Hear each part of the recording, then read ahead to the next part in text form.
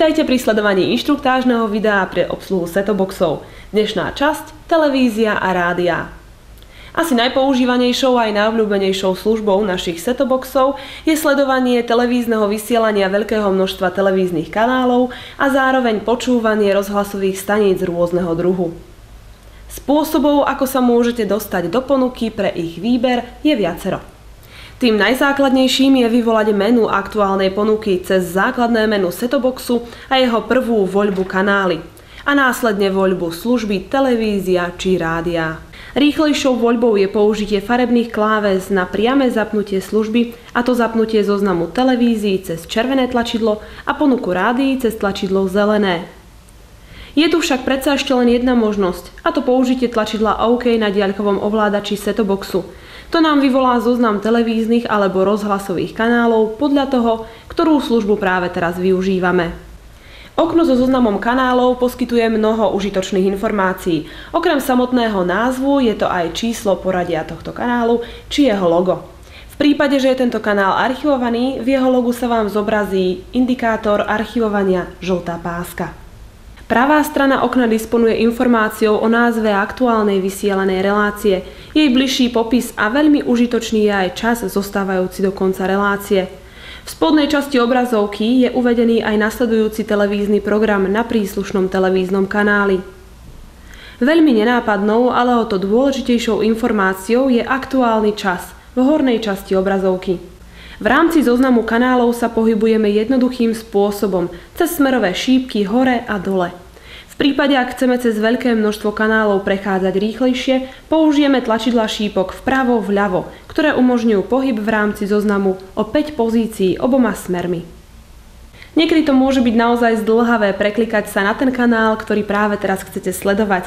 Na to slúži filter T9, že si môžete zadať rôzne písmená, ktoré obsahuje váš televízny kanál a na obrazovke vám potom zostane len ich zoznam. Pre ilustráciu máme záujem nájsť relaxačný kanál TV Pianko. Cez ovládač si vyklikáme písmená P, I, A, N a v zozname sa nám vyfiltruje hľadaný kanál Pianko a ohník nám horí. Zvolený filter si veľmi rýchlo zmažeme jediným zatlačením červeného tlačidla. Samotný zoznam kanálov máme možnosť upravovať v okne tzv.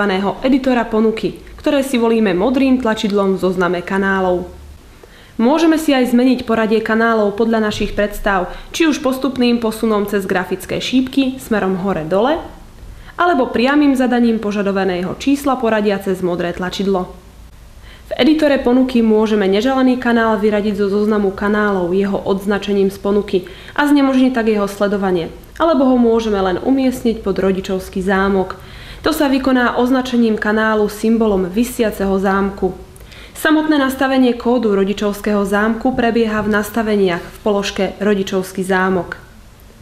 Editor ponuky ešte umožňuje individuálne nastavenie hlasitosti každého kanálu a zobrazenie jeho aktuálnej nastavenej zvukovej stopy. A je tu ešte niekoľko dôležitých televíznych funkcií, poďme si ich ukázať. Môžete si napríklad zapnúť teletext na kanáloch, ktoré to podporujú. Tento digitálny teletext umožňuje veľmi rýchle prepínanie medzi stránkami a ich podstránkami smerovými šípkami na diaľkovom ovládači. Nasleduje možnosť zapnutia titulkov tlačidlom titulky na kanáloch, ktoré to samozrejme podporujú. Funkcia ideálna na učenie sa cudzieho jazyka, no a tlačidlom formát obrazu dokonca vieme zmeniť aj umiestnenie titulkov na obrazovke podľa toho, čo komu viac vyhovuje. V súčasnej dobe sa v televíznom priemysle využívajú dva hlavné formáty obrazu. Je to ten starší 4:3, ktorý sa postupne či už na televíznych príjimačoch alebo aj pri televíznych reláciách nahrádza modernejším formátom 16:9. Keďže náš setobox dokáže pracovať s oboma formátmi, zákazník má možnosť si medzi nimi prepínať tlačidlom formát obrazu. Môže si zvoliť až 4 zobrazenia podľa potreby zákazníka. To je full screen, letterbox, panscan a kombinovaný. Niektoré televízne kanály, prípadne len niektoré relácie vysielajú v tzv. Duálnom režime, čo znamená, že sa vysielajú viaceré zvukové stopy. Vo väčšine je to zvuková stopa originálna a zvuková stopa lokálna, ale nemusí to byť pravidlo a tie stopy môžu byť aj viacjazyčné. V takomto prípade sa na ich prepínanie využíva tlačidlo Prepínanie zvukovej stopy. Úplne ideálne pre štúdium cudzieho jazyka však. Pre úplný komfort ovládania je samozrejmosťou nastavovanie automatického vypínania setoboxu, a to prostredníctvom tlačidla časovača na diaľkovom ovládači. Ten poskytuje možnosti vypnutia podľa rôznych časov. O 10 minút, 20 minút, 30 minút a tak ďalej, až po možnosť automatického vypnutia setoboxu po skončení práve prebiehajúcej relácie. Po naozaj vyčerpávajúcom vysvetľovaní vám teraz želáme už len príjemnú zábavu.